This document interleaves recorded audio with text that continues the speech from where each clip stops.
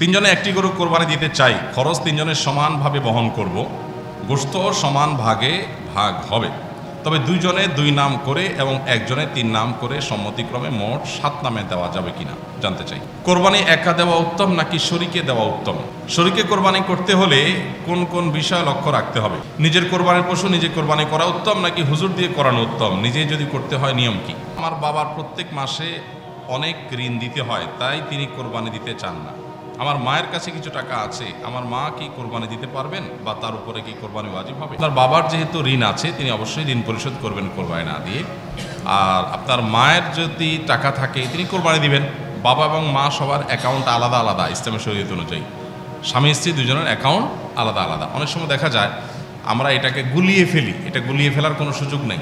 স্বামীর যদি টাকা না থাকে তো বেচারাও কোরবানি দিবে না, স্ত্রীর টাকা আছে তিনি কোরবানি দিবেন, তখন স্ত্রীর কোরবানির থেকে গোশত খাবে স্বামী। এই তো এরকম ব্যাপার না যে স্বামীর যেহেতু ঋণ আছে অতএব আমি কোরবানি দেব না, স্বামীর ঋণ আমি পরিশোধ করতে বাধ্য, এরকম না। স্ত্রী যদি স্বামীর ঋণ পরিশোধ করেন সেটা তার পক্ষ থেকে এহসান হবে, ভালো। তিনজনে একটি গরু কোরবানি দিতে চাই, খরচ তিনজনের সমানভাবে বহন করব, গোশত সমান ভাগে ভাগ হবে, তবে দুইজনে দুই নাম করে এবং একজনে তিন নাম করে সম্মতিক্রমে মোট 7 নামে দেওয়া যাবে কিনা জানতে চাই। দেখুন, কোরবানিতে ভগ্নাংশ কেউ নিতে পারবে না, পূর্ণ একটা অংশ নিতে হবে।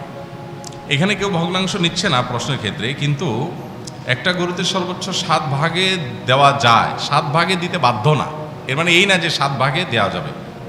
একজনে 3 নাম দিয়েছেন অথচ টাকা দিয়েছেন 3 ভাগের 1 ভাগ, 3 নাম মানে 3 জনের তরফ থেকে দিয়েছেন, তো আর বাকি 3জন সমান করে টাকা দিয়েছেন। তার মানে এখানে হয় 3 জনের পক্ষ থেকে হবে বা এক একজনের 2 জনের তরফ থেকে দিবেন, তাহলে 6 জনের তরফ থেকে হবে। যেহেতু টাকা সমান দিচ্ছেন, টাকা দিচ্ছেন সমান, কিন্তু নাম একটা বেশি দিচ্ছেন, সেটা কিসের ভিত্তিতে?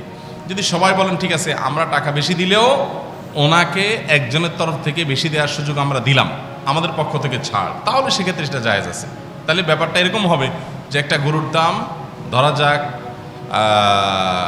90,000 টাকা, 3 জন 30,000 করে টাকা দিলেন, তাহলে 30,000-এ দুই নাম করে দিয়েছেন, অর্থাৎ 2 জনের তরফ থেকে, কেউ নিজের স্ত্রী নিজের বাবার অন্য কারণ পক্ষ থেকে দিলেন, আরেকজন 3 জনের তরফ থেকে দিলেন। 3 নাম মানে 3 জনের তরফ থেকে।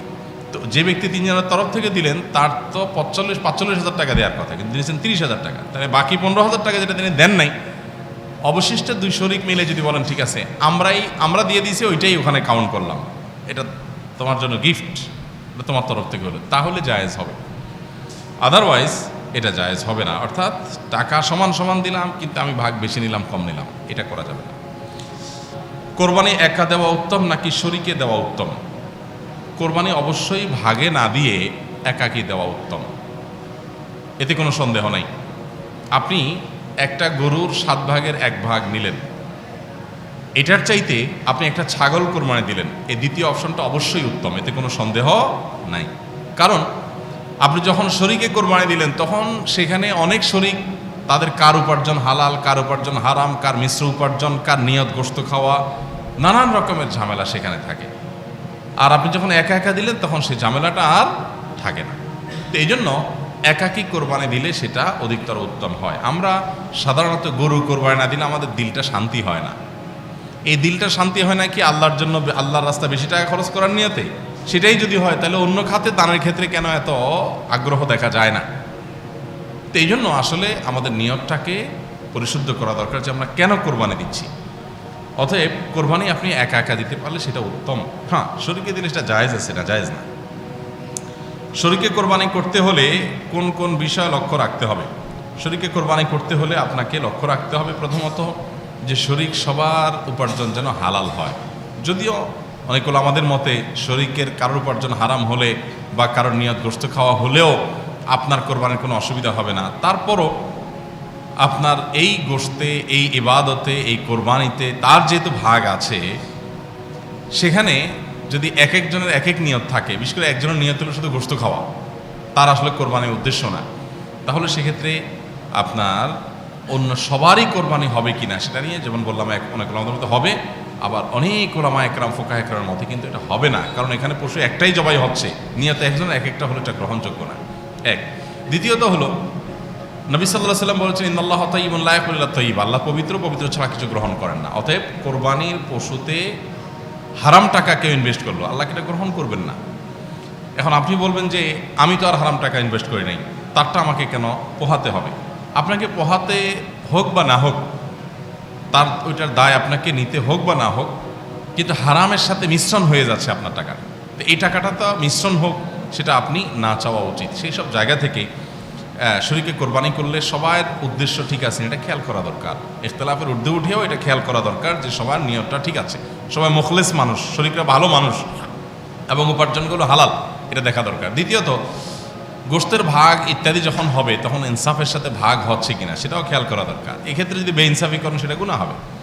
আবার কোরবানি অশুদ্ধ হয় কিছু কারণে, সেগুলো যেন না থাকে খেয়াল করা দরকার। যেমন আপনার কসাইকে আপনি গোশত দিয়ে পারিশ্রমিক দিলেন বা টাকা কম দিয়ে গোশত দিয়ে পোষায় দিলেন, তাহলে এটা পারিশ্রমিকই হলো আলটিমেটলি, এটা জায়েজ নেই। শরীকে কোরবানি দিলে এগুলো বিশেষভাবে খেয়াল করতে হয়, কারণ শরীকে এক একজন এক এক চিন্তার, সবাইকে এক করে তারপরে কোরবানি করার চেষ্টা করতে হবে। নিজের কোরবানির পশু নিজে কোরবানি করা উত্তম নাকি হুজুর দিয়ে করানো উত্তম? নিজেই যদি করতে হয় নিয়ম কি? কোরবানির পশু নিজেরটা নিজে জবাই করলে সেটা ভালো, এতে কোনো সন্দেহ নেই। নিজেরটা নিজে জবাই করলে সেটা ভালো। এখন নিজেরটা নিজে জবাই করবেন যে, সেটা কিভাবে করবেন?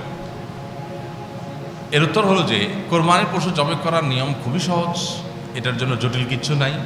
বিশেষ করে আমরা মনে করি অনেক দোয়া দরুদ পড়া লাগে বোধ হয়। আপনি শুধু বিসমিল্লাহ আল্লাহু আকবার বলে জবাই করলেন, জবাই হয়ে যাবে, শেষ। আপনি পাশাপাশি আল্লাহ এটা আমার তরফ থেকে অমুক অমুক আমাদের সবার তরফ থেকে আপনি কবুল করেন, এটা বলা যেতে পারে, এর বাইরে কিচ্ছু না। তো নবী করিম সাল্লাল্লাহু আলাইহি সাল্লামের সুন্নাহ হলো নিজের পশু নিজে জবাই করা। তবে হ্যাঁ, অন্য কাউকে দিয়ে করালে সেটাও জায়েজ আছে। নবী সাল্লাল্লাহু আলাইহি সাল্লাম নিজের পশু নিজে জবাই করেছেন, এরপর আরও কিছু পশু ছিল সেগুলো আলাদা নির্দেশ দিয়েছেন উনি জবাই করার জন্য। তাহলে বোঝা গেল যে কোরবানির পশু নিজেও জবাই করা যায়। অন্য সাহাবীদের মধ্যে এরকম আরও আমল পাওয়া যায় যে নিজের পশু নিজে জবাই করেছেন, অন্যদেরও জবে করতে নির্দেশ দিয়েছেন বা অন্যদেরকে সহযোগিতা করেছেন। এটা একটা বিষয়। আরেকটা বিষয় হলো যেটা বলছিলাম জবে করার নিয়ম। জবে করার নিয়ম হলো বিসমিল্লাহ আল্লাহু আকবার বলে জবে করবেন, আর খাদ্যনালী, কণ্ঠনালী এবং দুই পাশের দুটা সরু যে আপনার রগ আছে এগুলো কাটলেই কোরবানি হয়ে যাবে। আপনি যদি খেয়াল করে একটু নরম জায়গা ছুরি চালানো করেন এবং শক্ত ছুরি থাকে, বিসমিল্লাহ বলে আপনি জবে শুরু করে দেন, বাস কোরবানি হয়ে যাবে।